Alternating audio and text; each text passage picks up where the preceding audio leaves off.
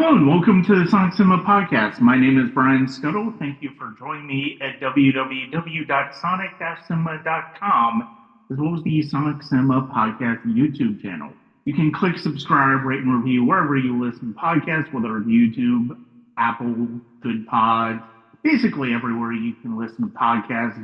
Chances are find Sonic Cinema. You can also check us out at patreon.com/Sonic Cinema. There you'll get quick write-ups on older movies that I've watched for the first time, including the one that we're talking about today.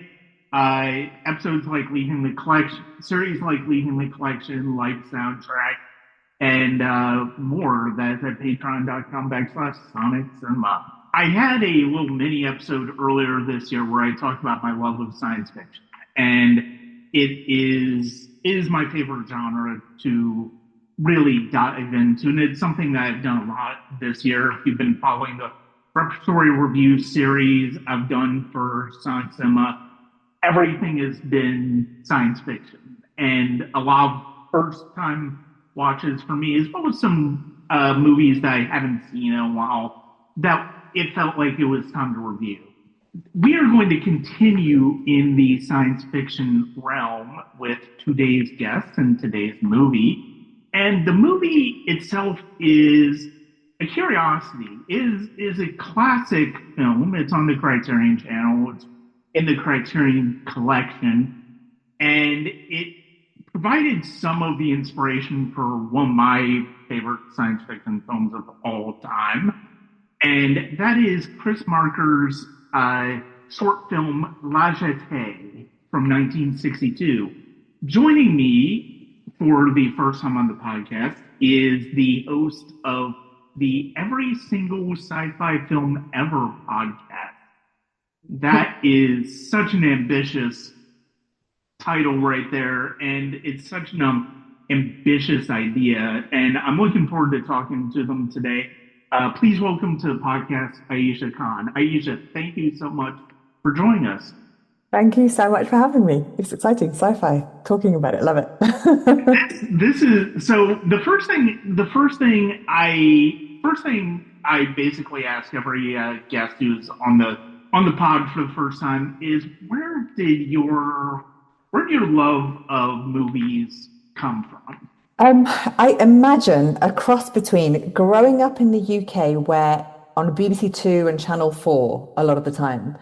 So we had three channels for a really long time, and then, well, when I say a really long time, I was probably about 7 or 8 when we got the fourth channel.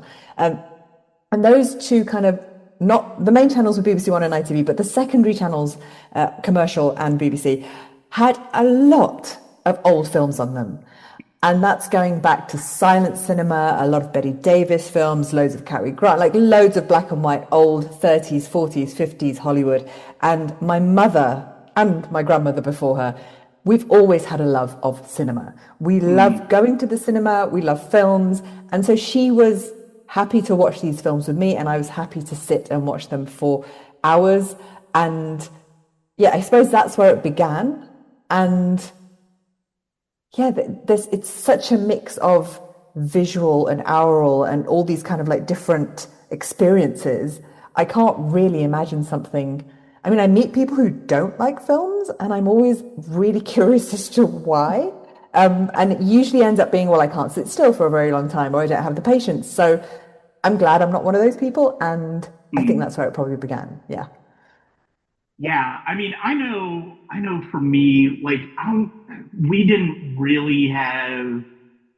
have really channels like that where I wasn't really, I should say, I wasn't really introduced to channels like that that showed older movies and stuff like that when I was growing up. But I know my mother, she showed me a lot of movies that she loved. Like, she showed me Mel Brooks movies. She showed me Arsenic and Old Lace. She showed me a lot of older stuff, in addition to the things that were coming out in the late 70s and early in the 1980s.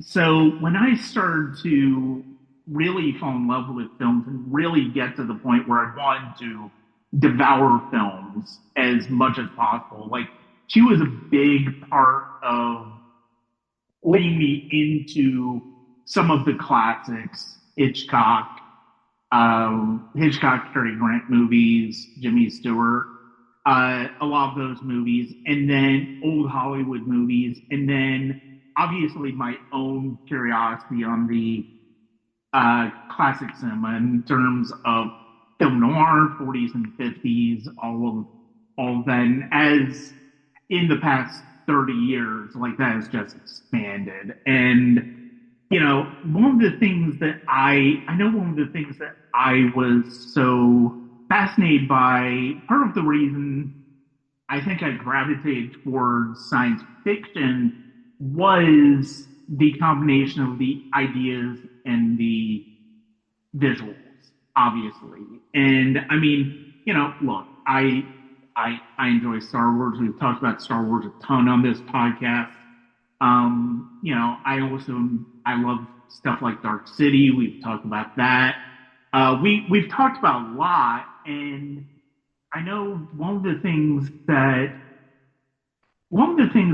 has so fascinated me over, especially as I've gone through this year and really started to look into films I hadn't seen before in the genre, are the different ideas that are approached and the way they approach different ideas. Like one of the fascism and cinema episodes that we did this year was about science fiction. We talked about They Live, we talked about Metropolis, we talked about Starship Troopers, and all of the different ideas that come into play there. Mm. So, your podcast, every single science fiction sci-fi film ever, one of the things that I've been fascinated about as I've started to get into it myself is all of the different angles that you and your guests are able to look at in even films that I love and have devoured over the years, find Mm. something new about. As you've gone through this project, what is one of the most surprising things about the genre that you discovered? Oh, that's a really difficult question. People who are media trained say that's a good question, but what they mean is that's a difficult question because they have to think about it. Yeah, I think for me, what draws me to these films a lot of the time is the cultural context that they are made within. So that's why the Mm, 50s made a certain type of film. That's why the 60s things got interesting. But I don't think that was necessarily surprising to me. I suppose the journey from it being a silly, childish, schlocky, pulpy kind of, that was the reputation of sci-fi.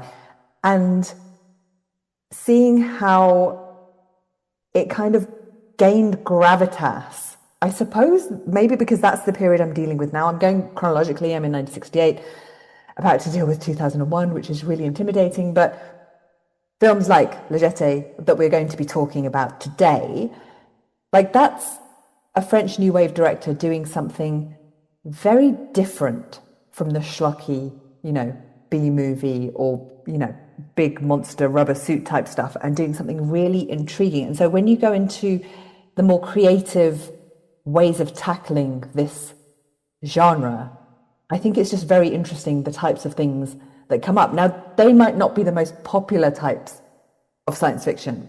The mm, 1950s, I adore it. Everyone who doesn't love the 1950s. It's got everything, right? Like you've got loads of invading forces, and you've got like big schlocky aliens and conspiracies, and usually the communists are involved in some possible subtextual way.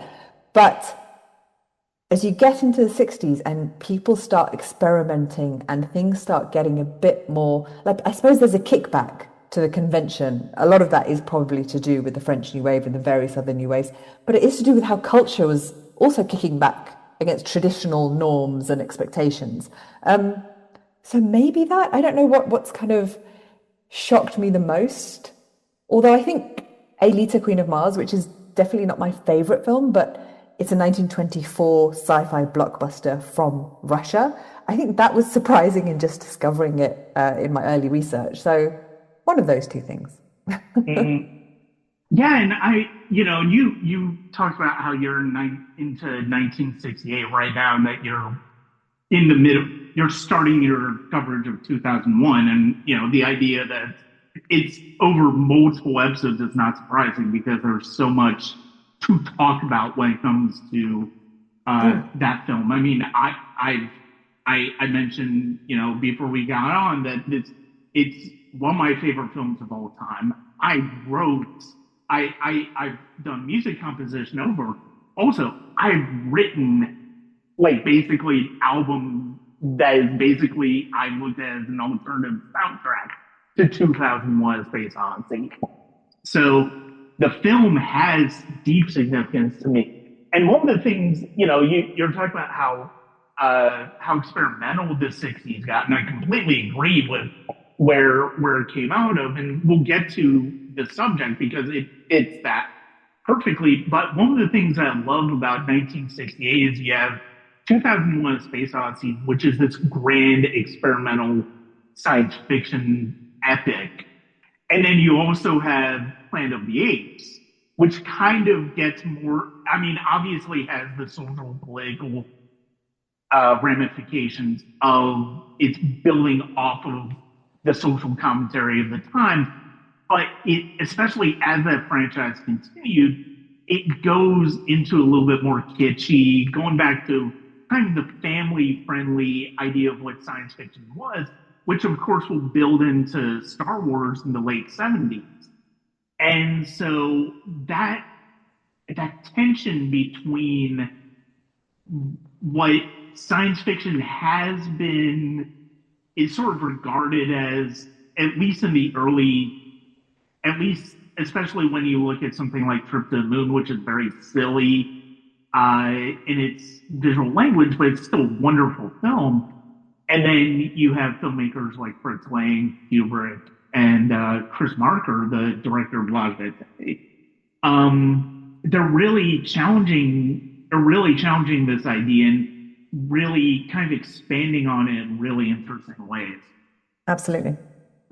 So we will get to the subject at hand, and that is the 1962 Chris Marker short film La Jetée. And if you are not familiar with this, it's interesting because of the fact. So this is a film. It's about 28 minutes, I believe, something like that. It is, Yeah, yeah, it is built out of a collection of still photographs, and the way that Marker puts these still photographs together help build this narrative about time travel, about the ramifications of war, and about a man who witnesses his own death in a sense. And if those ideas sound familiar with you, that is because of the fact that they played a big role in the screenplay for Terry Gilliam's 12 Monkeys. And it is a big part of Bruce Willis's arc in that movie. And for a long time, that was my point of reference for La Jetée. I actually did not. Funny, and I'll link this episode in the post on Sonic Cinema. So last year, I was doing a guest spot on the Nostalgia Cast about 12 Monkeys. And that was what led me to finally watch La Jetée for the first time. And because I had heard about it, but I had never gotten around to watching it, I decided to watch it for the first time.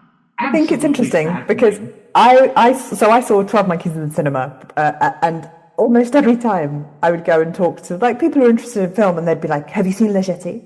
And I always kind of said no. That was how the name got into my head, and I was always like, "Well, I'll get round to it." And it seemed like, well, it's a experimental French New Wave film, and I thought it's just going to be really long and dull. And so when I got to it for the podcast, and I was like, "It's 28 minutes." It's quite shocking to me. Like I can do that in my sleep. That's easy. Yeah. But yeah, sorry, continue. No, you're fine. And but yeah, so I finally watched it because I wanted to have that frame of reference when we talked about 12 Monkeys. And I was thoroughly, I mean, apart from the fact that it's 28 minutes, but the fact of the matter is, it's like there are short movies that can be very, very dull. And this movie is not dull. It's fascinating because, Yeah. and it's all it is narration and still images. That's literally all there And is. music and the Yeah, score. there is. Okay, yes. So yes, there is music as well. But as far as our conception of what makes a movie, It's not a that's very it's moving almost built movie, is out it? of. And it's but you get sucked into the story. And it's like, and the thing that, at first you think, oh well, it's just a series of still images. I mean, honestly, it's kind of what film is. Now, yeah, I mean, you're filming individual scenes, but if you look at actual film reel, it is one frame, 24 frame. It's 24 frames a second. You break it up one frame at a time, and that's kind of how it is. Mm. So, in a way that this is, it's I almost look at Le Jetée as kind of it's experimental, but it's also a little bit of a tone poem, I think, because of the fact that it's taking this idea of still photographs and this idea of film and breaking it down to its essence of truly letting the images tell the story. Mm. And what was so what when you watched it last year for the podcast, what were your immediate impressions watching it? I will answer that question, but I just wanted to, when you were saying that about, because obviously there's 24 to 26 frames per second when we're watching a film, but there's this piece of artwork from the early 90s by an artist called Douglas, it's not Douglas Adams, that's Hitchhiker's Guide, Douglas Gordon, which is 24 Hours Psycho. And I remember that playing at the Hayward in London, and you can go and sit on a beanbag, and it's each frame is slowed down. So the film Psycho lasts 24 hours. And so Mm-hmm. you see that film, and you can see every single frame across the. It's a very. It just gave me a kind of a flashback to that, so I just wanted to mention it. When I saw the film, now I am a very emotional creature, so this film, right from the beginning, you know, it's very evocative because it talks about some time before World War III, and then it goes into this nostalgia of this little boy living in a world in which World War III has not happened yet. And then we later find out that because that's happened, everyone has had to move underground. And so Mm-hmm. it is such a strong pull right from the beginning, and I'm a sucker for nostalgia as well, that it had me at hello, as they say, and it kept me there all the way through.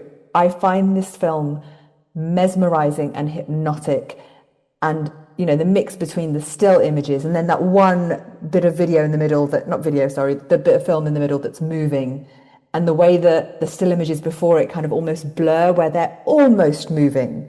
I think it's absolutely beautiful. It's about love. It's about loss. It's about, what kind of things are important to an individual versus a society. It's absolutely, utterly beautiful, as well as giving this image of quite a terrifying future, which is grimy and dystopian.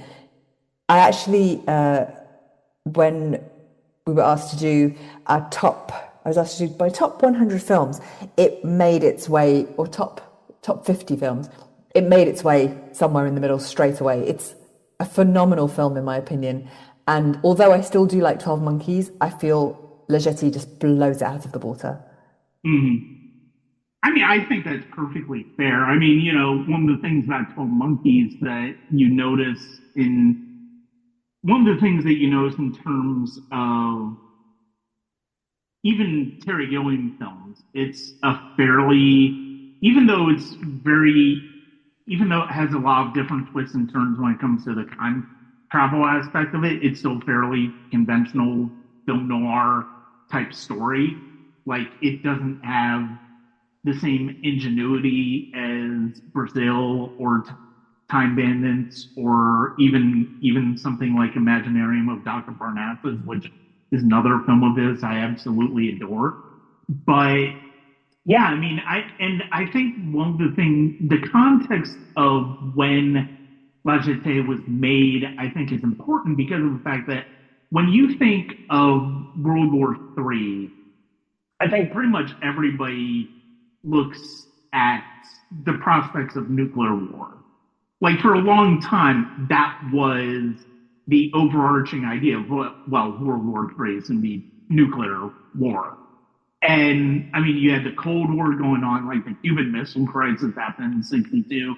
So, I mean, people were on edge about this idea of the world ending, and the idea that people would have to go underground makes a lot of sense because you think about, nuclear attacks happen, radiation is going to cover the surface, so you have to, A lot of survivors places, are a going lot to of go down cities there. already have like London has an underground, Paris has a metro, like there are tunnels down there. And apparently Paris has also like further tunnels and stuff, which apparently like if you go to Paris, you can seek them out. But there are cities under cities, which I find also quite fascinating.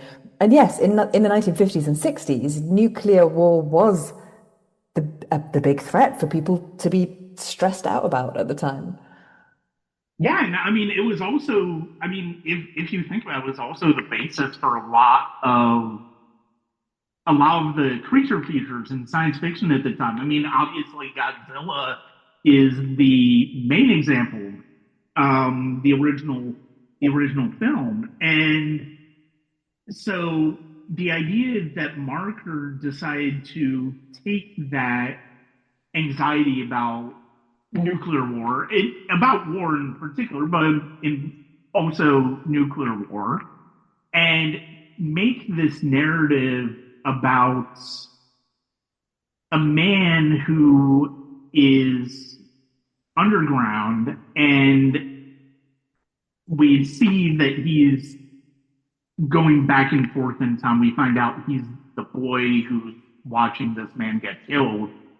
It's really, and yes, you've Spoiler got the alert. love aspect of it.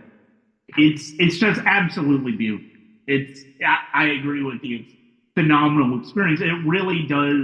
It does change your conception of 12 Monkeys, but it also kind of deepens it in a way because of the fact that you see two different filmmakers taking their own approach to similar material, even though one is radically different than the other. I don't know how radically different it is because once I'd seen La Jetée, I was like, oh, so Terry Gilliam just kind of took the most interesting parts of the story and then added some other interesting bits on. Um, Yeah, but yeah, the most beautiful part is the point that this small boy sees a death which ends up being his own death, and that's a commonality across both of the films. And then also he's traveling through time for a greater cause, but unfortunately finds love along the way, which drags him away from, in La Jetée, the future people give him the opportunity to escape into the future, and he doesn't want that. And so that he chooses something that leads to his own death. yeah, yeah. One of the things that's so compelling about a movie like this is obviously the way it's made.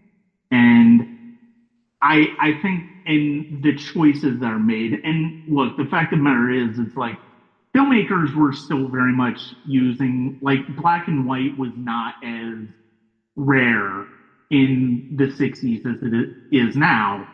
I do think several people are starting to get back to it and starting to appreciate what it can bring to the film. But I think the fact that this movie isn't black and white is such an important choice in how it succeeds because of the fact that you're using these black and white images, and there's a depth to the image where the blacks are truly truly black, and it's not a trick of lighting or anything like that in terms of traditional cinematography, but it's the way that those images were shot and captured forever on a specific time. And it's the fact that this is in black and white is just such a strong choice that I think it really does. It adds so much emotional aspects to the film because of how harrowing the story is. I think one of the elements is that it's a film about nostalgia, and when we see black and white photos and film, at least now, and probably even in the 1960s, that would evoke a sense of nostalgia. Something Mm-hmm. when I covered the film on the podcast that Lisa Yazik, one of the guests, said was that at that time people would, because there's a voiceover narration to this, like that's also quite unusual for a film. Like he's telling the story, he's not the man, he's not the woman, he's not the scientist in the story. So there's a voiceover narration, and she was saying that back then you would have newsreels or you would have newspapers, and there is this element where it's almost like journalistic in a way. And I thought that was a very clever observation of the film, because although these are not journalistic, well, some of the earlier footage is probably most likely from Paris and France after the bombings and stuff. Those are, you Mm-hmm. can't fake those bombed out buildings. But apart from that, when you go into, the relationship between them, and when he starts going into the past, which at that time would have been the present. It's always so confusing talking about time travel. Those aren't necessarily journalistic photographs, but there is that element that these are snapshots which are telling a story, and the voiceover narration, which is kind of how you would maybe see a newsreel back in the day when you sat in the cinema. So it's a mixture of those things, I think.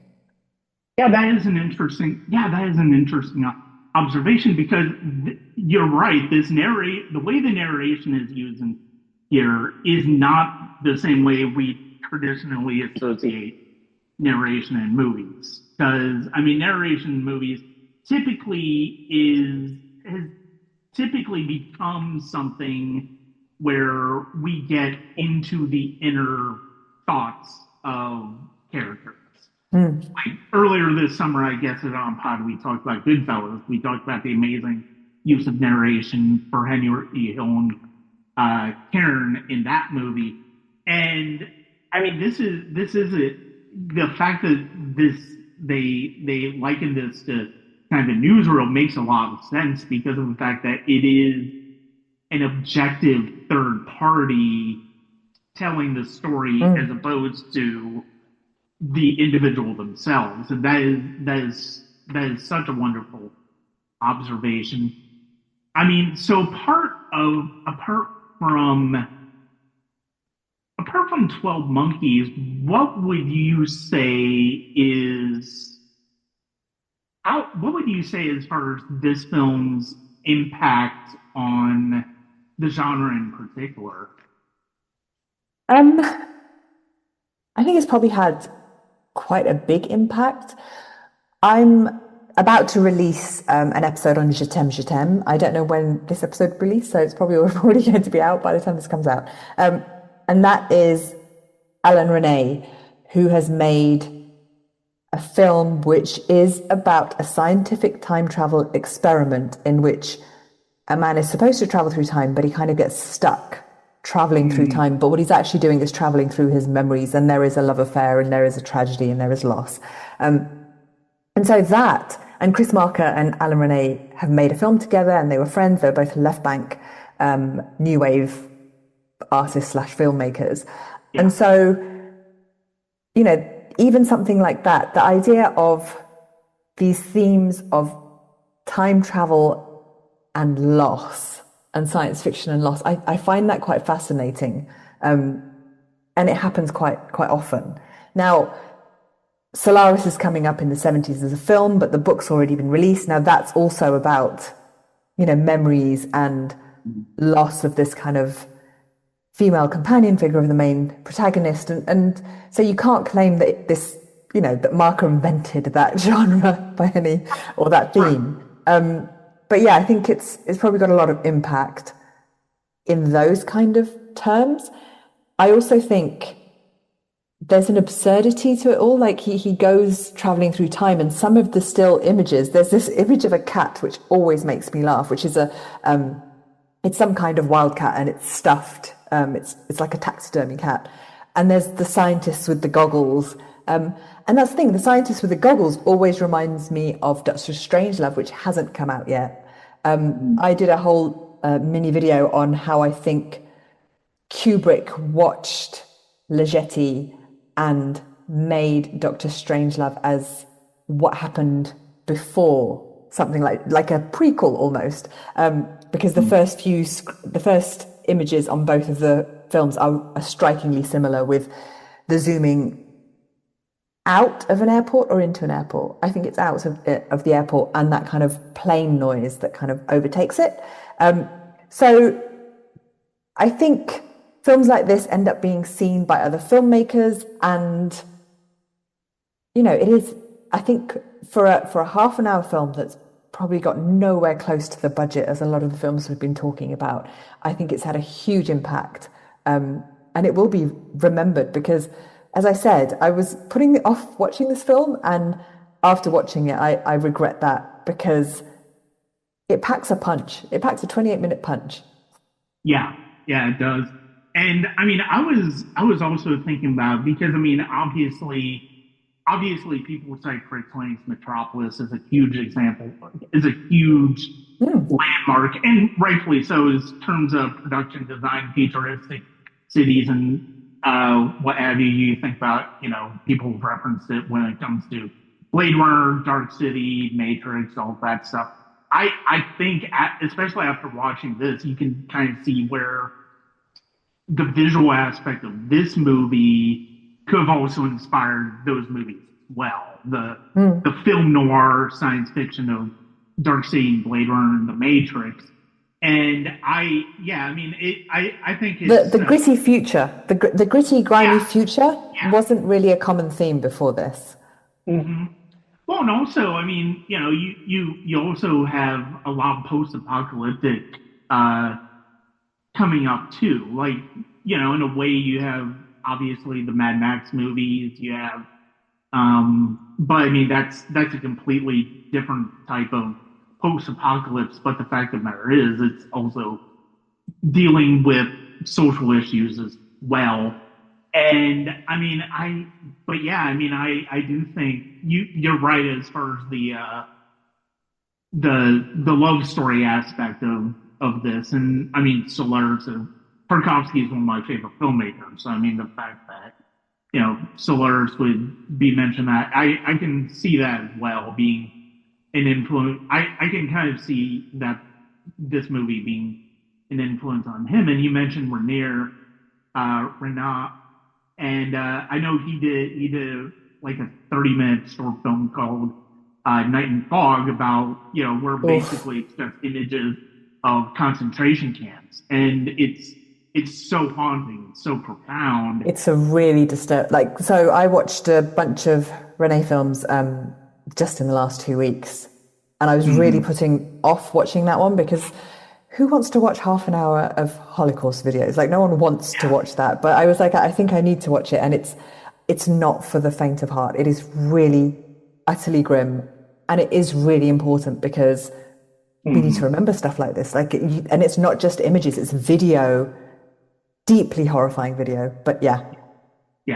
No, absolutely. And I mean, I was, when you brought him up, it's like this, it made me wonder whether, in a way, he might have been inspired when it came to making the way he made Night and Fog from La Jetée. Because, I mean, obviously completely different types of movies, but the style and the way the storytelling works in those films has some commonalities, I think, too. I think they both were kind of documentary filmmakers, and that you can kind of see reflected.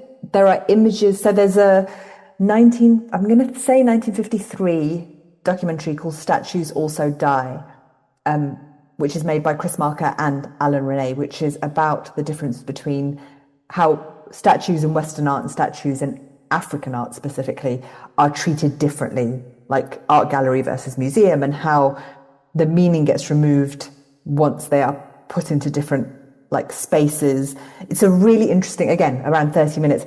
But in that, you've got images, you've got some video as well, but you've got images. So I think in a way, they were probably used to filmmaking in that manner. Yeah.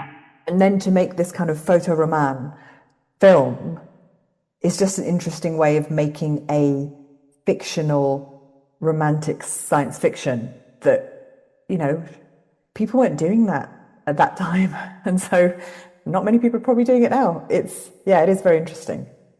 No, and it's a shame because of the fact that that was actually one of the questions I was going to ask you as far as kind of getting away from La Jetée. What what do you think about the current state of science fiction filmmaking? Well, Brian, my problem is that my kind of bar for science fiction is really low. Like, I like pretty much everything I watch when it comes to science fiction. There are very few films that I will watch that are like, because I like so many aspects of it. I like the kind of high end, slow moving, whatever. Those kind of films I like a lot of pew pew. I like kind of guns in space. I like people kind of going on adventures. I like, social commentary and philosophical questions, and I like all of it. I like the fact that Daleks look like bins and they roll around and they're really threatening, and I love Star Trek. I have a really low bar for science fiction, and so it's I'm trying to think of a time I've watched a science fiction film and thought, well, that was terrible. Because normally I'll go, oh, well, it's probably not as great as whatever else there is out there, but I enjoyed myself. And that's where Yeah. I'm coming from, which is why I chose to do this podcast and call it this name. And it's my passion project. Yeah. No, I mean I think that's completely fair, and I mean I'm kind of with you where it's like, you know what, if it's science fiction, if it's something away from the reality of things, it's like chances are I'm gonna enjoy it. I mean I enjoy I love all types of science fiction. I mean I am a huge fan of stuff like 2001 and Stalker, but I mean I also adore Star Wars and Star Trek whenever I get to watching it. And I mean, it's just, but then I also watched like some of the goofier Godzilla movies in the 50s and Yeah. 60s. And you know what? This is fun. I mean, I just enjoy this. Yeah. I have Um, a huge soft spot for Mothra. Like, I really want them to make like a kitsch, like feminist, cutesy Mothra film. I don't think they're going to do it, but I feel like there would be a huge market for it. that would be a lot of fun. That would be a lot of fun. You'd have to have the right filmmaker for though too. You'd have to have the filmmaker to be completely on board with that idea. Yeah. And yeah, I that would be a lot of fun to watch. Um, no, I mean I think I think yeah, it's a genre that has one of the things I love about the genre so much is that it is truly a genre that contains multitudes. It's capable of so many different types of storytelling, like whether it is traditionally escapist type storytelling, whether it's more esoteric and ambitious. It's you can pack so many different things into this genre, and so long as you have filmmakers who know how to put the parts together properly, you're going to come out with something interesting. Mm. And I think, and I think that's one of the things that is so fascinating about this genre to me, and one of the reasons I love it so much. Um, but yeah, did you have anything more that you wanted to talk about with La Gente? Yeah, I think there's so many things about it that are exceptional. And that's the thing, like, we have over 100 years of science fiction film. Why would this film stand out? Admittedly, there are going to be people out there who are not going to be able to sit through 28 minutes of largely still photographs, a voiceover, and some very dramatic music and some Mm, German whispering. It's not for everyone, but it's thematically very rich. So apart from the love story, there's I rewatched it for this, and there's this constant reminding, no, this constant kind of background theme of death throughout as well.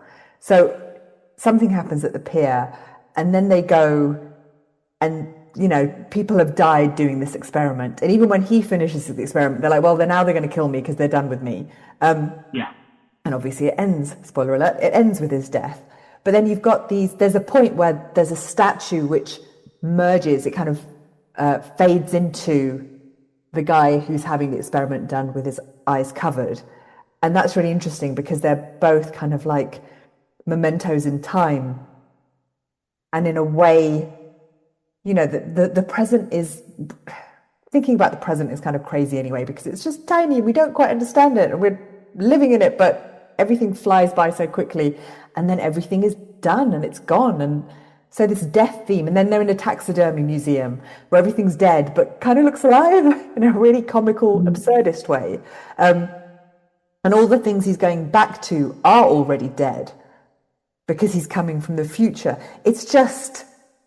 It does all those themes in 28 minutes, and it does romance, and it does mad scientists. It does lots of hints towards even though it's after World War III, it's very much reflective of post World War II, and it's got the kind of German crazy scientist people around, and it's the French, underground that's being kind of dealt with, and it's just very, as I said before, it packs a punch. There's just so much you could sit and just discuss. And when he says, "Oh, there were real children, there were real birds, there were, are they real or are they his memories?" and all those kind of things of how we experience time, how we live through time, how we think back about time, and especially if you're time traveling. She refers to him as her ghost. So why is she calling him a ghost if he's flesh and blood? Is she experiencing him in the way we expect and the way he's experiencing her, or at least we're seeing it? There's a lot of questions, and I really enjoy it when I'm slightly confused about a film, but not so much that it loses me. Yeah. No, I mean, I think that's the most important thing where it's like, if some confusion, and it's basically this whole idea of, are you are you left asking questions when the movie's over, and more importantly, are you left asking the right questions?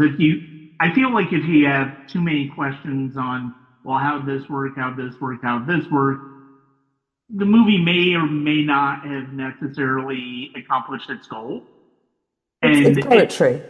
and It's not a admittedly, scientific journal. it's funny because of the fact that, and I talked about this on Nostalgia Cast, it's like, originally when I saw 12 Monkeys, it's like, okay, that was confusing. I kind of got it, but I wasn't quite sure. I mean, I still was enough, it was still enough of an interesting movie to where I wanted to rewatch, and then I started to rewatch it, and I absolutely love it now. But yeah, I mean, I think the a movie like this is going to ask you questions, and it's important to realize that that's not a bad thing for a movie to do. And I think so long as it provides interesting answers, or answers that mean something to you, I think that shows that the movie did its job. I think if the movie did its job, then you're going to enjoy trying to figure out the answers to those questions too. I think that's another key point. And I definitely, or at least appreciate the ways in which the filmmaker approaches the subject. And I think the way Marker approaches the subject is, going back to what you were saying about how, your guest kind of likened it to newsreel. It does kind of feel like it does have a little bit, because of the fact that it's still images, it has a little bit of a documentary type feel to it, but at the same time, it's still very much a narrative. It's dealing with time travel, which obviously is not something that we have in the present day. And but at the same time, which is what makes it so fascinating, just the way that it approaches all of its subjects. Yeah. And but the thing is, even though it's like a newsreel, there's parts the voiceover narrates like really beautiful like little snippets, and I Yeah. always think, is that just the French? The French are so like stylish and poetic about everything. But there's one of my favorite ones is on the 10th day, images begin to ooze like confessions. Like that's not something a newsreader would say to you, but it's very again it's very evocative of all like it takes you down both mental and emotional little alleyways that rewatching it again, sitting down, watching 28 minutes again, there was not part of me that was like, oh, here I go again, watching, because I do watch the films quite a lot before I cover them myself. I enjoyed every minute of it again. And I hadn't noticed that thing of the statue face fading into his face until I watched it this time, and I was like, oh, that's beautiful. Mm. No, I mean, I think the best movies are movies that, well, I don't want to say are pleasures to rewatch. I mean, I think that's true in a lot of cases. But let's face it, there are some movies that are just so harrowing that the idea of rewatching them is profoundly difficult for obvious reasons. Because of the just how shattering the subject matter is. But especially with this genre, I think I I love revisiting I love revisiting movies in this genre, and I love revisiting movies that maybe I didn't quite get on the same wavelength with the first time I saw it. But then but it's enough to where it gets me to rewatch it. As I rewatch it, it's like, okay, I see where this is going. It makes me appreciate how they approached it all the more. And part of that is obviously us. Like when as we get older, as we watch more films, it gets it sometimes is something where it's like, oh, once we're a little bit more experienced with movies, it's easier to catch on to something that movie is doing that maybe we didn't catch it the first time. But the fact of the matter is, it's like some movies just hit you right when you first watch and go, "Wow, that was quite an accomplishment." I mean, this is definitely an example of Mm. that. Well, I thank you very much for joining me, Aisha. This was terrific. I love talking about this. I loved rewatching it. I saw it again a couple weeks ago. In when we were originally going to record this episode, but I had to postpone because of work. But no, it's great to talk to you. And this movie's on Criterion Channel. I know. Sure, you can find it elsewhere. I know it's on the Criterion Collection. Thank you very much for joining me, Ayesha. This was absolutely wonderful to not only talk to you in person for the first time, but also talk to you about this film and the genre. Thanks So so much. I love talking about it. so where can people find you and find the podcast online? So everyscififilm.com is the website, and you can find me on pretty much every single podcasting app. I'm also on YouTube. I just upload the videos onto YouTube, and yeah, I haven't posted for a while on Instagram because I've had a really busy few weeks, including staying with my mum for a while. But I generally post a lot of the research and stuff that I'm learning also onto Instagram. So that's where you can find me. Excellent. Excellent. Well, I appreciate it. I appreciate it. It was great to talk to you, and hopefully we can do it again sometime. Absolutely. Thanks for having me on. I want to thank Aisha for joining me on the podcast. That'll be it for this episode of the Science of My Podcast. Thank you as well. Thank you as always for joining me, whether you listen to podcasts, whether it's Apple, YouTube, Spotify, Good Pods, wherever. And you can also find us at patreon.com as well as sciencecinema.com. Thank you very much.